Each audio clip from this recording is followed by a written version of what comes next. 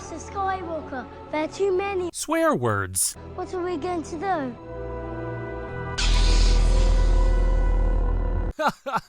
Terrific. This show contains some adult language and may not be suitable for younglings. Hello there. He's no good to me dead. We're fine. We're all fine here now. How are you? I think you'll fill in nicely. This is where the fun begins. Hello, and thank you for joining us for another weekly episode of Good Morning Alderaan. Little bit of a different episode for you this week. The guys and I are taking a much-deserved weekend off. It's my fault, mainly. I can't record during our normal recording times, and timing being as it is, with our busy lives getting in the way. I know Star Wars podcasters with lives. Weird. But I've accumulated and compiled for you a special treat in the form of some highlights and best ofs of the previous interviews that we've run so far. I know that people have enjoyed those interviews quite a bit, so we're going to have some more, including next week. Next week's episode is going to be an interview as well with Ben Acker. Now, Ben Acker is a co-author, along with his writing partner Ben Blacker, of the young adult Star Wars series Join the Resistance. I've read I've read about half of the first book already, and it's fun. It's a lot of fun, set in kind of the sequel era that adds some depth, adds some substance. Some familiar characters are in there as well, especially if you're a fan of previous or newer novels. You'll definitely see some familiar names in here. Really looking forward to having him on the show and talking about his experience writing for Disney, writing for Star Wars. He also has another story that I can't wait to talk about from the very first Certain Point of View. Him and his writing partner Ben also wrote the story Bump, which is from the point of view of that stormtrooper that hits his head on the door as it's going up. Anyway, if you know what I'm talking about, you know what I'm talking about. But that's enough of me rambling on. Thank you again. We'll be back live next week with the fellas. And enjoy the show. Now, today, we are extremely blessed to be joined by someone who is at the very start of it all. He has worked on a total of 53 films, including Superman, Highlander, and Krull, but perhaps most notably for the sets of A New Hope and especially Empire Strikes Back, where he and his team created the aesthetic of dozens of alien creatures, and I'd say especially everyone's favorite Green Jedi Master. You may have heard of him, Yoda. He currently operates That Yoda Guy movie exhibit in conjunction with his amazing Follow Your Star Foundation on the beautiful Dutch side of the island of St. Martin of the Caribbean. Well, please help me welcome That Yoda Guy, Nick Maley. Nick, how are you today? I'm cool. You know, it's like 8:45 in the evening now, so it's how am I tonight, really, I think. But no, I'm fine. We'd be regretful if we didn't talk about Yoda. Okay. And your experience working on Yoda and the opportunity to work on Yoda, how that came to be. And frankly, like, where'd the inspiration come for the character Yoda? Like, where was the inspiration to design that character?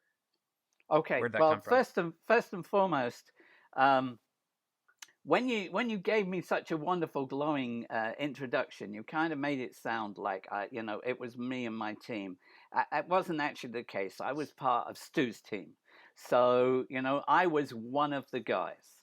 But Right. let me just put that in proper context.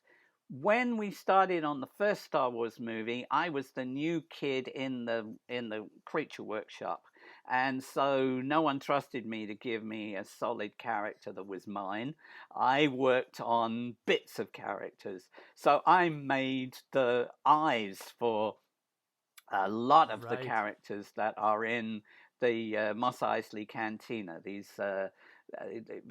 Stu had this concept of just putting like dark eyes over in shells in things that so it was dark inside and you couldn't see the eyes of the people inside, and so you'll see they don't have moving eyes, they've just got kind of like bead eyes.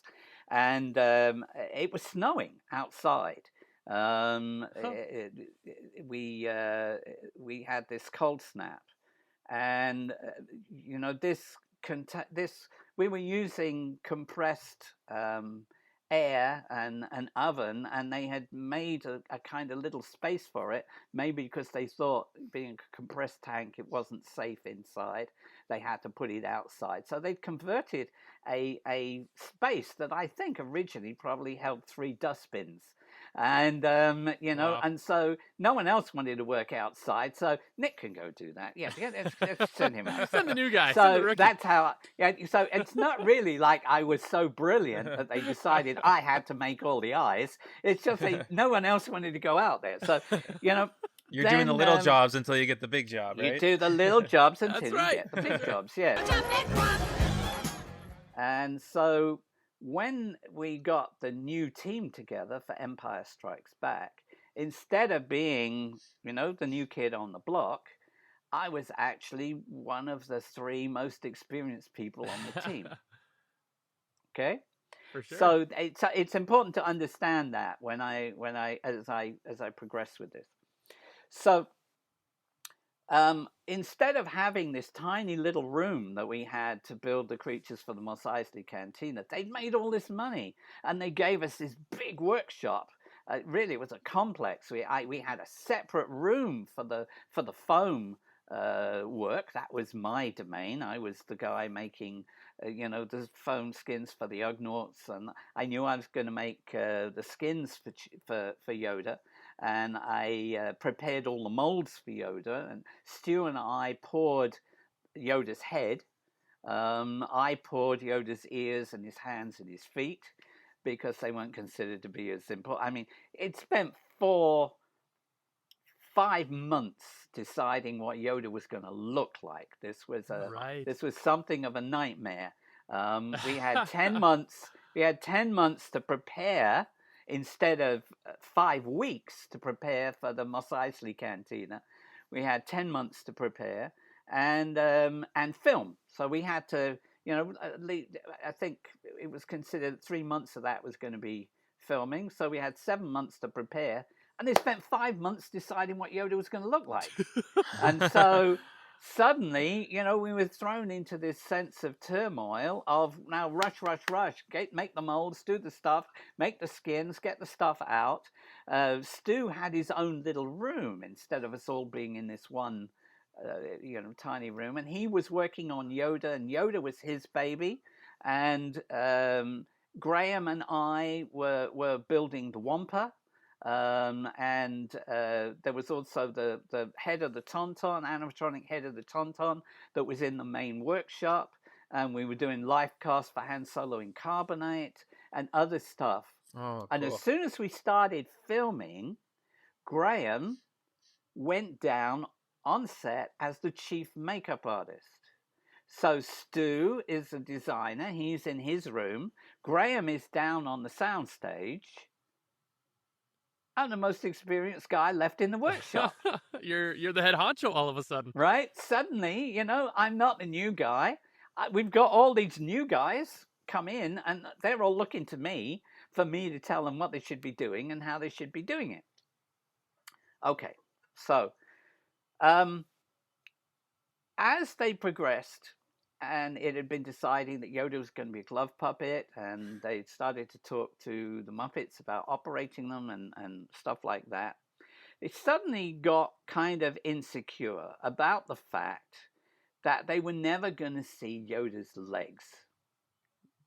Because if you think of the Muppets, you always see them from, either the hips up or at best, a long dress and the knees up, right? Mm-hmm. You don't see Yoda's feet, the feet working. Mm-hmm. And so they asked Stu if he could build a walking Yoda for a long shot. It's not really important, just for a long shot, so we can see him walking through the trees. Well, Stu was desperately trying to make a mechanism in the last 2 months for the world's first animatronic superstar.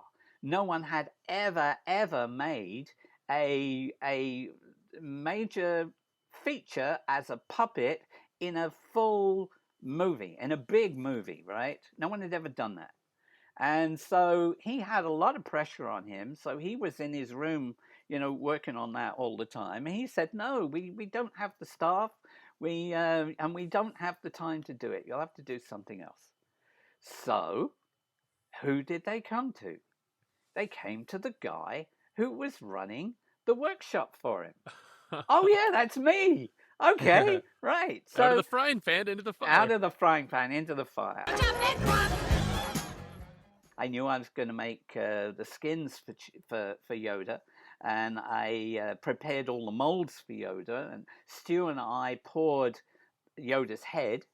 I poured Yoda's ears and his hands and his feet because they weren't considered to be as important. I mean, it spent 5 months deciding what Yoda was going to look like. This was something of a nightmare. We had 10 months. We had 10 months to prepare instead of 5 weeks to prepare for the Mos Eisley Cantina. We had 10 months to prepare and film. So we had to, I think it was considered 3 months of that was going to be filming. So we had 7 months to prepare. And they spent 5 months deciding what Yoda was going to look like. And so suddenly, we were thrown into this sense of turmoil of now rush, make the molds, do the stuff, make the skins, get the stuff out. Stu had his own little room instead of us all being in this one, tiny room. And he was working on Yoda, and Yoda was his baby. And Graham and I were building the Wampa. And there was also the head of the Tauntaun, animatronic head of the Tauntaun that was in the main workshop.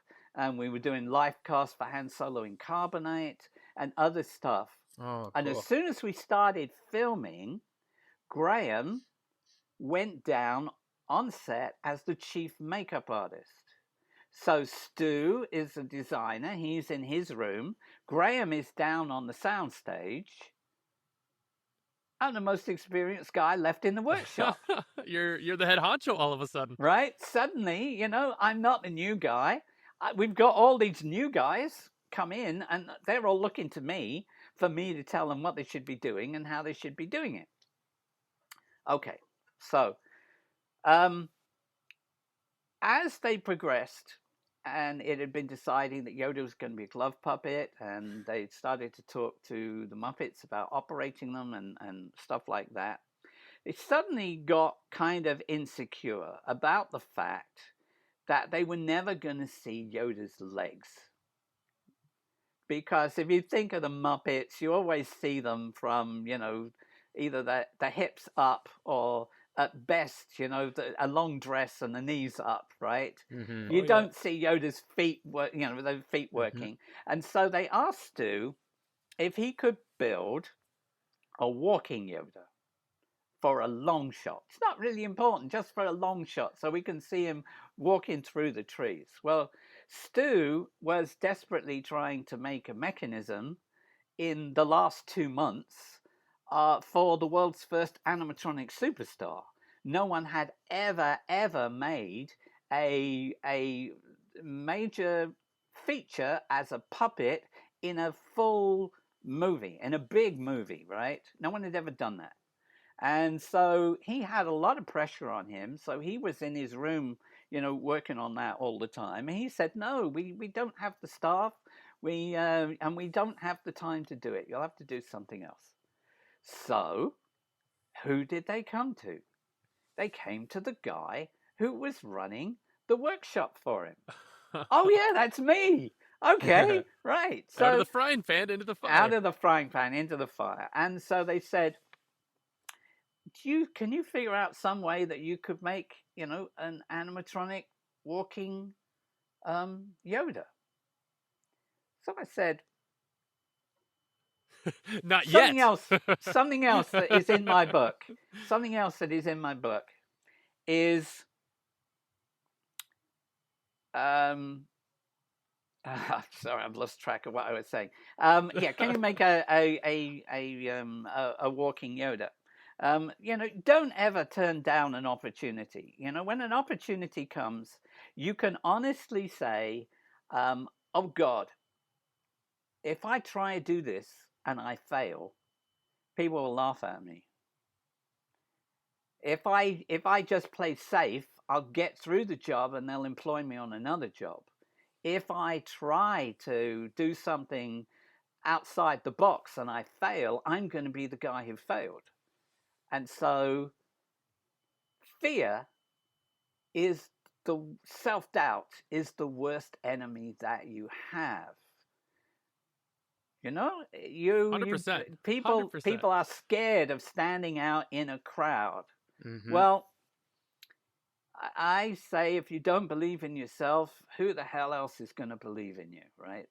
So I said, excuse me, let me just ask you this. Why are we talking about animatronic walking Yodas? Because if Yoda is in the scene on his own and nobody knows how tall the trees are, he could be any height. Right. It's all about perspective. So why don't we do a false perspective, make a oversized Yoda, put it on one of the little people, and guess what? His legs work. And we don't have to make mechanical anything. So I that was the first one that I did. And they must have thought I was all right because they got their shot. It's the shot of Yoda walking through the trees, waving at Luke to follow him. Right. And Wow. and so they thought I was okay. So finally, we come down to filming Yoda, and they're filming in Yoda's hut, and Stu was trying to make a really complex, super lightweight mechanism that could be taken out of the skull, so that if there were any problems, it could just go in, take the skin off, unscrew it, pull it out, fix the problem, put it back in again, keep going. But one of the complex issues, first and foremost, eyes looking left and right and up and down are a hell of a lot harder than eyes that look left and right. Eyes left and right is just like putting a pin through eyeballs and swiveling them one way or the other. Any third grader could probably figure that out. Trying to get eyeballs that look up and down, suddenly that eyeball's got to pivot from the center of the eyeball. Wow. And you're putting eyelids over it that are in a space that on the outside of between Yoda's eye and his skin, the corner of his eye and his skin, it's like a quarter of an inch. And you're trying to put the eyeball in and the mechanism in. And then on top of that, Frank wanted his hand to pass through the middle of the mechanism so that he could get his middle finger to Yoda's eyebrows. So the mechanism had to have a big hole in the middle to do it. So Stu has made this mechanism that was shaped like the top of Yoda's head, and the mechanism kind of went in a curved shape. I'm waving my arms around, and people listening on radio kind of understand what I'm doing. But it would go up into the dome of his head and then come back down to the eyes, so it left the area clear. And he was working himself to death to try and get it ready on time. Yoda went down on the set. And periodically, he would lock up. They're also trying to get used to the puppet, and so we have Marc talking about how he had to try and keep a straight face when Yoda would be doing some insane thing, because they hadn't got the controls right, or because the mechanism was breaking down. Well, certainly. And so every time the mechanism seized up, and the puppet went out for 2 hours, for Stu to take the skin off, take the mechanism out, unlock it, put it all back together again, put it back on again, they were losing a lot of money. And so they came to that little guy in the workshop. That Yoda guy. That Yoda guy in the workshop. And they said to me, look, do you think you could build a backup Yoda? Whatever you can make in 3 days. Because, even if it's just got working ears, if it's just the shape of Yoda and it's got working ears, then we can shoot on the back of it and we can shoot on Marc. You look at the scene of Marc talking to Yoda. Yoda's not there most of the time, Right. You just got a single. It's normal if two people are having a conversation. You look over the person's shoulder so you see the person he's talking to. Yoda's not there most of the time. There's a couple Right. of shots where he is. It's because the puppet was up in the workshop being unlocked and brought down again. So they said, just get it to do whatever you can, but do it as quick as you can. Now, our guest today is perhaps one of Hollywood's most established jokesmiths ever. He is a 6-time Emmy winner, a writer for the Oscars, those awards, for 24 years, 14 of them as head writer. And on top of writing for those presenters and award winners, he's written jokes for dozens, if not hundreds of celebrities, even for presidents of the United States, and was even fortunate enough to write on the infamous 1978 Star Wars holiday special. Bruce Valanche, thank you so much for joining us today.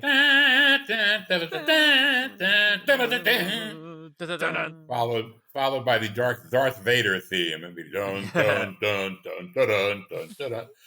Oh, We like to sing that when George came in the office. Oh man, I could only imagine the shenanigans, to say the least. Remember, it was 1978, so we were chemically altered.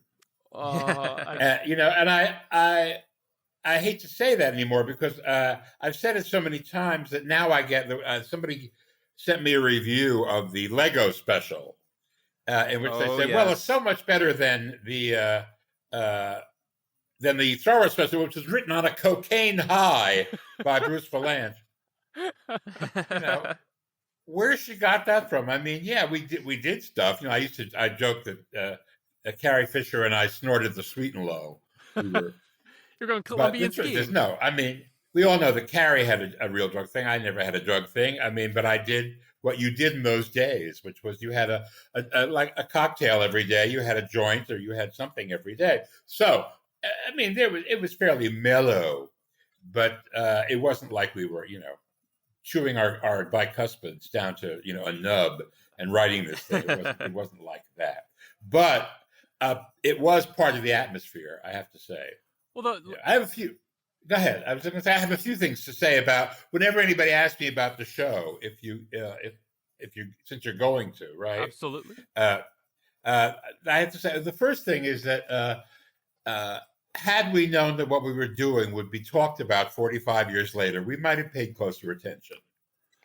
Fair enough. It was just another one of those crazy television variety specials, and there were lots of them being done. I mean, I did Wayne Newton at SeaWorld, where he sang to a killer orca.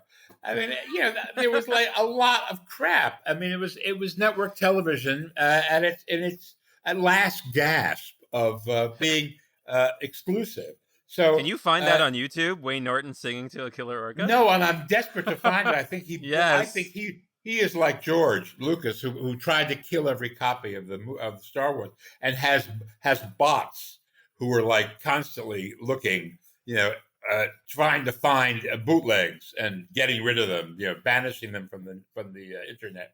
And I think that Wayne Newton has probably done the same thing. I think he's if Wayne Newton can be embarrassed by anything, it would be by that show. Singing a love ballad to Shamu. A love ballad to an orca, yeah. Shamu. Free Willy, yeah. Wayne meets Shamu. Make some magic, kids.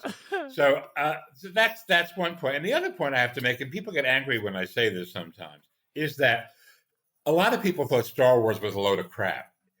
In 1978, it was a movie. Yeah. It was a summer movie. It was a phenomenon with stoners and kids, because it was a great big blown up sci-fi movie, and it was like a Republic serial. It used all of those tropes from the old Republic Studios Saturday matinees where you come back every week to see the next installment. It used all of that stuff.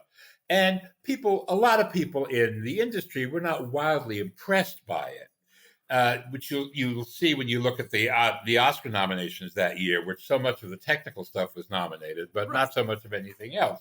So, but I think it probably did get a Best Picture because it was such a phenom. However, it had not.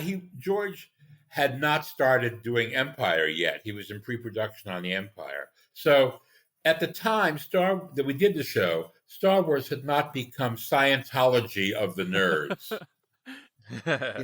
It took three movies and decades of watching those movies over and over at home on VHS and later streaming and the internet before that occurred, by which time people discovered the Star Wars holiday special on the internet and said, what is this? How did we not know about this? And then they watched it and they said, how could you betray us this way, George? And so George, legitimately freaked out and tried to get all the copies of it destroyed. And of course, when you do that, it's like scratching a scab. It makes it worse. And then of course he made 3 more, 4 more, 5 more Star Wars movies. Every time he does one, it comes up again. So it's never going to go away. And George's attitude is, it's like Tevye when his daughter marries the Gentile. You're dead to me. Leave the shtetl. And it's the same thing. George is like, don't talk to me about this. This show is dead to me. So I say all that because sometimes, especially guys your age, approach it like, how did this happen? And, what were you thinking? And all that kind of, we weren't thinking. We were making a dumbass TV special from a dumbass movie. That was the attitude back then. And we were also all obviously cokeheads. So what did we know? Naturally. Well, and that's where I think a lot of the emphasis on how could you let your baby become such, where a lot of the haters are coming from. Star Wars at that time was, as you say, just like it was it was a good movie. Sure, it was entertaining, it was fun, but it wasn't this cult. It wasn't this religion. No, there was no. I love when they say, "Where does it sit in the canon?" Mm-hmm. I mean, there is a canon. I mean, the only element of it that is from the canon is Boba Fett, because Boba Fett went on, and Life Day, I suppose, which George invented for the special, or he actually he told me he'd written 10 stories. And he was going to film 6 of them. And 4 of the others he let out to other places. There's a novel that came out back then. I think A Mote in God's Eye. It may have been the title. Okay. It was a Star Wars novel. And this was the last thing. And he sold this to CBS as a promotional vehicle to tide things over until the Empire movie came out, to stir the pot. And I think 2 things. I think he felt that he was giving them an original musical that they would do something with, an idea for an original musical. He didn't know about variety specials. He didn't know from, Sonny and Cher, and he didn't know from Cole Porter in Paris with Connie Stevens. He didn't know from Raquel Welch singing and dancing and being shot out of a cannon. That was not his work. Raquel Welch. That not him. She doesn't move her arms when she dances. Yeah, she doesn't. She had a Vegas act too. It's fabulous. And the Muppets were the guests on the special. Yeah, that's true. And they feeling her up. That was my favorite thing, and that was a great big fight with a network censor. You can't have the Muppet grab her tit. I said, the Muppet doesn't know it's a tit. The Muppet's just touching her. Well, he can't touch her there. This was an actual conversation. Oh, what a time! Take me back. Take me back. Star Wars holiday special fits right in. Right, there's a canon for you. Network TV variety show. So George didn't know about this stuff. He thought he was selling us an original idea for a musical, but you would think if he was going to sell anybody an original idea for a musical, it would not star as central characters creatures who could not sing, speak, dance, or do anything but sound like fat people having orgasms. Trust me, I know. Now, as far as the story itself, how much freedom were you as the writers given? Were you given a frame to kind of hang your hat from? We were given an outline. Okay. And the first thing we had to do was plug in entertainment value, what they called the entertainment sections. We had to find places where we could put in guest stars and numbers. Tick those boxes, yeah. Right, check those boxes. So there was a lot of people watching TV. Mala was watching a cooking show, so we could do Julia Child with Harvey Korman. Yeah, the forearms. Right. And here's my favorite. This same reviewer who talked about Cokehead Valanche said, and he had Harvey Korman in blackface. I said, what? What are you talking about? Come on. Blackface? First of all, it's not. He's a non-human. His forearms. He is a Five creature arms. from another planet. And it's not even black. It looked black on my TV, the guy said when I wrote him about it. I said, you can't make these spurious claims. What's the matter with you? Jesus, that's libel. And Harvey's been dead for years. Why are you spitting on his grave with this idiocy? Anyway, so I won that round. Yeah.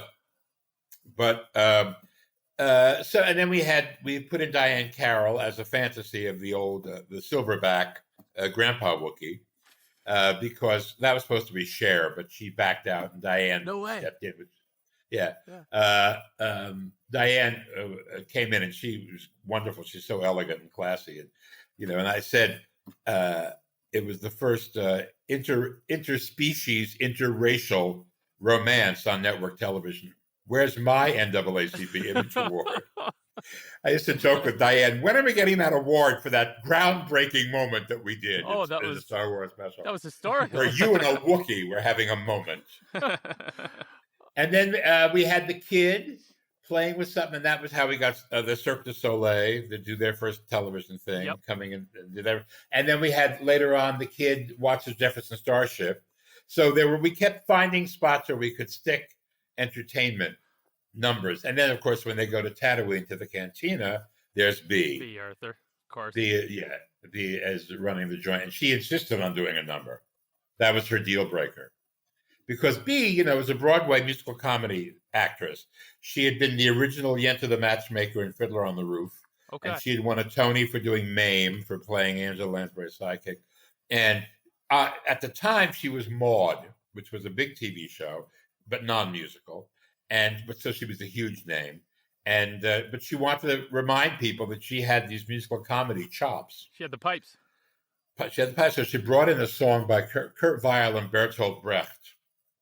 The Alabama song, you may know it because Frank Zappa and Mothers of Invention did. Oh, show me the way to the next whiskey bar. Oh, don't ask why. And that was going to be, and B sings everything in the basement down there.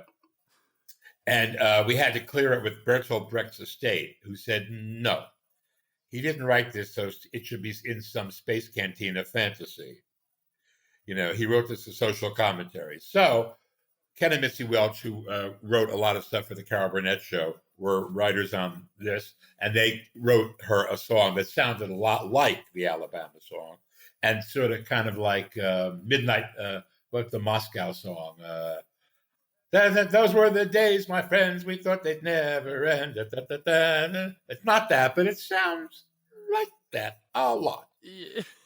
But it was, Chad, it was very hearty and very be in her Statue of Liberty period. Just yeah. And pretty Golden Girls, but surrounded by all of these aliens, by all these dime store these remainder aliens, because we couldn't get the original ones, and he wouldn't let anybody use the ones from Empire, so we had to get whatever we could scrape up. Yeah, blow the dust off of whatever was laying around in the Muppets workshop, and a couple of the prototypes that were maybe scratched up. It was a riot. And we had a couple of recycle guys, with serving them by pouring the beer down in the head. Yes, the cone, the beehive, but kind of with a funnel in it, basically. I'll finish my drink.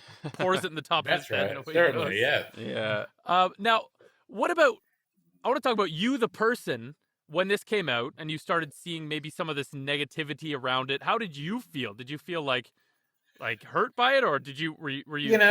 It aired the weekend before Thanksgiving, and it got a decent number. It didn't go through the roof, and it got some reviews that said this is ridiculous, and a lot of reviews that said this is just really crap. But that wasn't unusual for that genre. I mean, there were, and I don't think anybody was expecting it to be Baryshnikov on Broadway. Star Wars wasn't the brand yet. It wasn't like this and worldwide phenomenon. Exactly It was just a really good movie. So it was just, isn't this curious how they're trying to take advantage of it? And the joke, of course, was it was George who was trying to, stir the pot. He wanted to keep things going. It wasn't.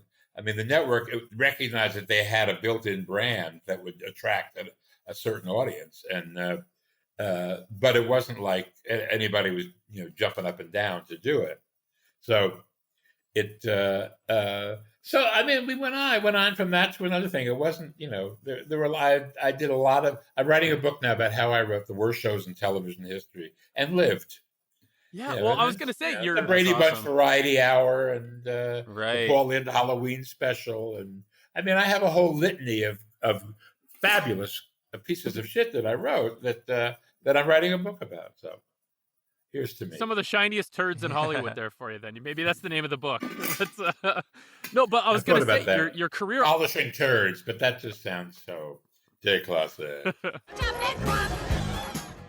Well, if you've listened to any 2 Star Wars audiobooks, chances are that Marc has narrated at least one of them. He has around 49 Star Wars titles, not counting, and counting, and what looks like a dozen or so, perhaps more, audiobooks on top of those Star Wars ones. And he may be the only person who can speak Shriwook better than me.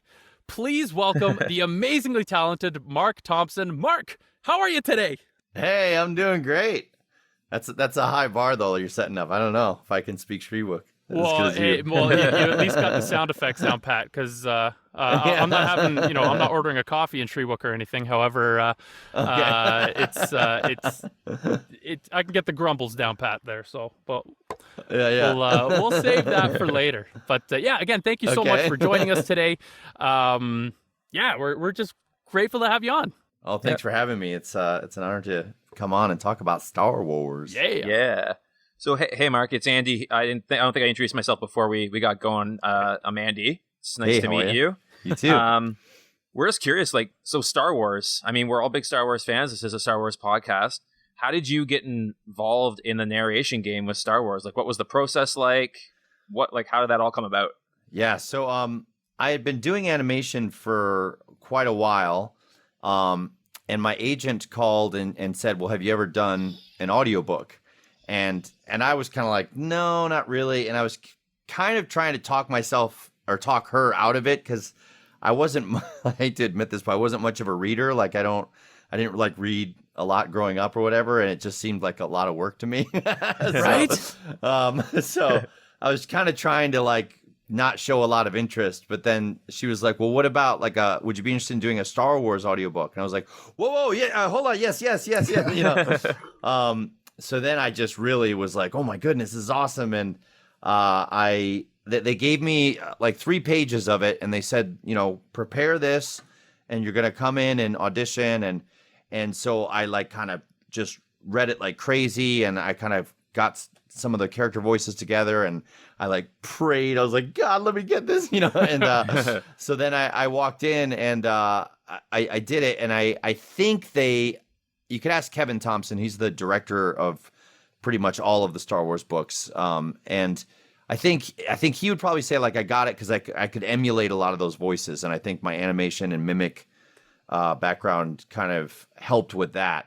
But then having to learn how to narrate the entire book and make it make sense was something I had to learn on the fly and on the job. So there was a bit of a learning curve, but it's now one of my favorite things. I actually really love reading the book and narrating the whole thing now. But initially it was definitely really, really challenging and took a lot to get acclimated to.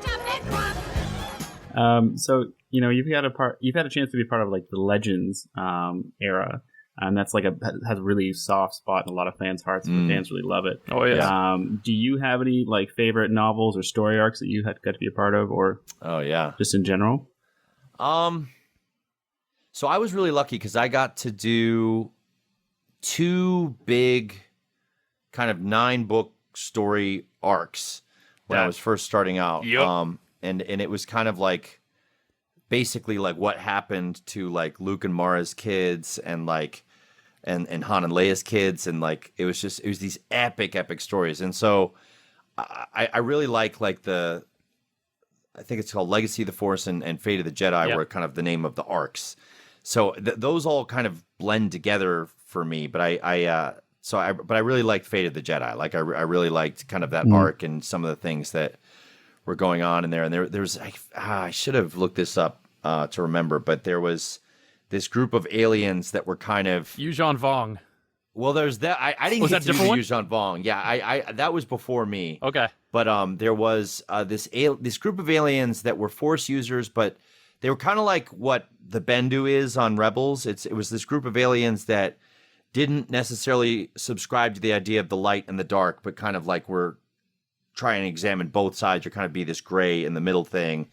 And Luke went to them to try to learn some stuff about the Force that he wasn't learning yet. And so that was, and they like would like, they had like this tongue, and they would like, the way they communicated was like kind of like using their tongue to like taste things or whatever. And it was like really, it was very like, it was really deep sci-fi, like weird stuff. And I loved it. That's really when cool. Luke and Ben go on their mission, right? Yes. Yeah. And they're like, there's like dead people in the water, and like this weird becomes kind of vision this quest. eerie kind of.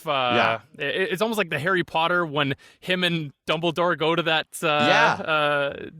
Fortress there, whatever I don't know part the that name one of it was. either. Yeah, but that was kind of great, and that's how I first got to know you, and like how I just started to appreciate what you did. You essentially helped me train my dog, because I used to take nice long walks with my puppy. And I figured out how to download from the library's audiobook profiles to get the entire and I started with it was the Fate of the Jedi, the whole Jason Solo arc. Yes. And his fall. Or no, it's not even really a fall. It's like he makes becoming a Sith make sense. Right. In a weird way. He does it from like a heartfult, very like empathetic point. You get why he does it, and he's got his own secrets as to why he can't necessarily reveal why he's doing what he's doing. Yeah. But then he just gets kind of sucked into it, and it's like a compelling, like, it's like, man, I don't blame you, man. You're not gonna do anything, but yeah, and just the way you pulled everyone through that story arc itself, like those 18 books of those two storylines were just absolutely phenomenal, and were really how I got hooked on you as a how I became a fan of yours, for sure. Oh, wow. That's cool. So I highly, highly recommend, although they're not canon. They should be. Yeah, they're great stories, though. They're really fun. They are fantastic. They still hold up these days, and I'm sure that that old Mr. Filoni and Favreau will be borrowing heavily in the years to come from some of those story arcs, hopefully. Now, being as big of a fan as you are, do you sometimes feel spoiled? And I mean like spoilers coming, like you don't get to see it on film first before you get to see, right? Like how do you handle that? Are you very excited to like get that? Like, would you open the present before Christmas kind of thing and be okay with that? Or yeah, I mean, so I fortunately only really had to deal with that once, and it was with Force Awakens, and they asked me to do the novelization, and Kevin knew, like, you know, that I might have opinions about being spoiled, and so he asked me ahead of time. He's like, "Hey, look, if they ask you to do this, are you going to be okay knowing, you know, months ahead of time?" And he texted that to me or something, and I looked at my wife and I was like, I don't know, because like, you know, I've been waiting like years for this movie to come out, and I'm so excited to see it, and I want to have that opening night experience, and is it going to ruin the movie? And she was like, "Are you crazy? Like, of course you should do the book. Like, you know, like if you got hired to be in the movie, wouldn't you say yes to being in the movie? We wouldn't care about spoilers." I was like, I thought you were going to say, we have kids to feed. Yeah. What do you think? Well, there's that too. Yeah. I could just. Oh, sorry. Oh no, it's just she was obviously right, and you know, so just picture you like just like Luke standing on the mound, looking at twin sunsets, brooding as to whether or not you want to take on this monster. Make that ultimate decision. Yeah. So I mean, it was, you know, so I do remember, and it was for that one, it was crazy because like I wasn't allowed to read it at my house. I had to go to Penguin Random House's offices. They locked me in a room. Armed guards. They disconnected the computer from the internet, so like I couldn't do anything like that. Oh wow. And then anytime I had to go to the bathroom, they locked the door behind me to make sure no one was going in there. And I remember like, reading and you get to the point where like Kylo, spoiler, kills Han, Wait, and what? Yeah. Oh, sorry. Oh no. Why did you do this to me? But I got a little teary, so I'm sitting in this room all by myself. I was like, Han, no, It's my boy. Yeah. But then what it did for opening night for me was I still enjoyed opening night, but instead of like enjoying the story for the first time, it was like me looking to my right and left, like, okay, how are they gonna react now? Like, oh, here comes the lightsaber. It's gonna go past him and go to her. What are they gonna? So I'm like, that made it its own special experience. Was kind of like getting ready to see what the audience's reaction was gonna be. So it was still fun, and I still enjoyed it. But I think I prefer to not be spoiled. Like for Last Jedi, I had the option, and I chose. They said, we're gonna record it. They for the other films, they decided to do the novelizations after. Yeah, release, it was a couple of months later, wasn't it? Yeah. So, but again, we recorded like the week of the movie coming out. So I said, look, I promise I'll read the whole thing, but like let me just see the movie opening night and then I'll read it. And they're like, okay, it's fine. So, oh man, that's great. Well, that's good as well because with those novelizations, there's a lot of like the cut scenes. Yes. That weren't in the movies themselves. So that's another thing that I love about just listening to you narrate these stories again. There's like extra scenes that can add some context and make some other parts of the movies make more sense. They're just like, oh, that's why that happened. Oh, they had this interaction that I don't remember that being in the movie, but it just adds a lot of good depth to it for sure. So. Yeah, I feel like I love the sequels more than a lot of people just because I got to read the novelizations and I feel like a lot of those cut scenes or extra scenes really helped understand some of the things that were going on in the sequels, and it made me appreciate them even more. So I really love them. We would love if you joined us in a game, and we would be remiss if we didn't, get the stick and poke you a little bit and say, hey, do the voice, do the voice. So we're gonna give you a couple characters. Okay. I have a bag of characters.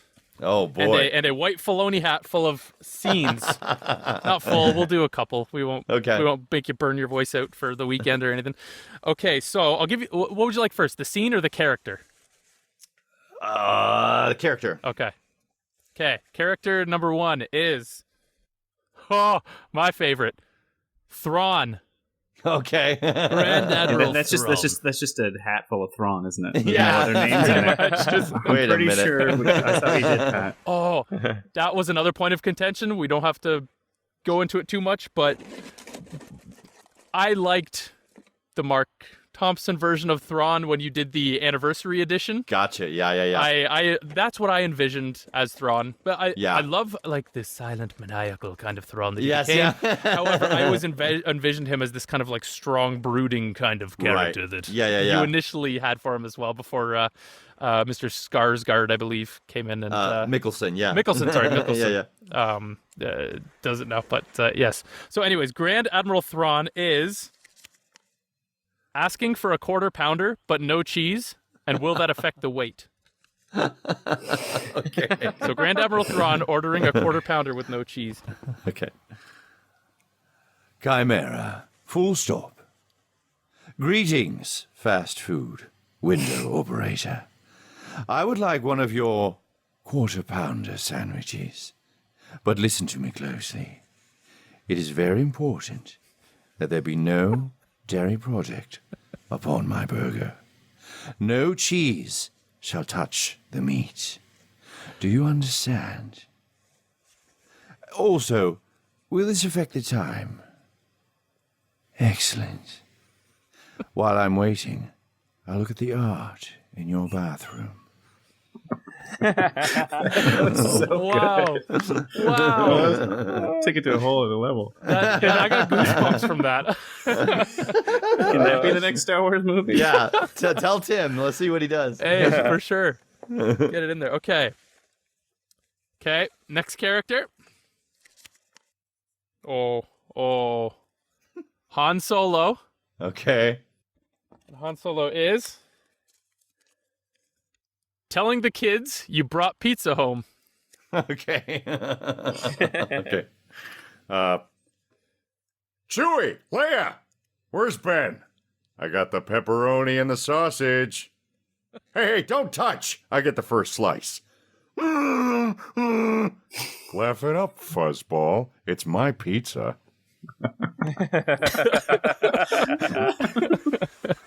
That's so Yes. I'm down for that.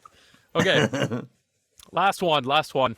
Three. Rule of comedy. Rule of three, right? So Yeah. there we go. Okay, number 3. The third one. I have many more names in here, but we'll save that for the next interview there, Mark. Okay. Okay, last but not least, we have Princess Leia. Oh, boy. And she just got her credit card declined at the grocery store. Okay. I'm sorry. Do you know who you're talking to? I am the Princess of Alderaan. I'm on a diplomatic mission, and I need these Oreos. How can you say I'm declined? You are on a counselor's mission, and don't try to tell me that your credit is not expired. Wow, we even got some bonus characters there. We with got Chewie. more. 2 for 1. Oh, wow, we're spoiled. We're I never spoiled. thought that's her father's declining her own car. It's like her dad taking away the car away. Daddy. Daddy. Amazing. Wasn't that fun? I'm not kidding. That was a lot of fun, re-listening to all of those. Just want to say a huge thank you to Nick Maley, that Yoda guy. The full interview with him can be found on our episode 4 if you go back into our list. So feel free to go back, re-listen, re-like, re-share it with your friends. He was also featured on our bonus episode 4.5. Yeah, go listen to both of those. Episode 4.5 is our bonus Star Wars podcast day release. Go back, check those out. Thank you to Bruce Valanche as well. He was our episode 6. You can go back and listen to that. All sorts of behind-the-scenes goodies on the writing of the Star Wars Holiday Special, the 1978 Star Wars Holiday Special. That was episode 6, I believe it was. Huge thank you to Bruce Valanche for that. And thank you to Marc Thompson. Marc joined us for our episode 13, talking about all of the goodness and awesomeness behind the scenes of his Star Wars audiobook narrations. I can't get enough of that guy's audiobooks. He's so good. Absolutely crushes it. His older stuff, the Legends stuff as well, worth a listen. It is so good. So good. Anyways, thank you to all 3 of those fine gentlemen. Again, go back, re-listen to those episodes as well. Thank you again for joining us, everybody. Always be a Jedi in the streets and a Sith in the sheets. I've always wanted to say that. The other guys always get to say it. Okay, whatever. Bye.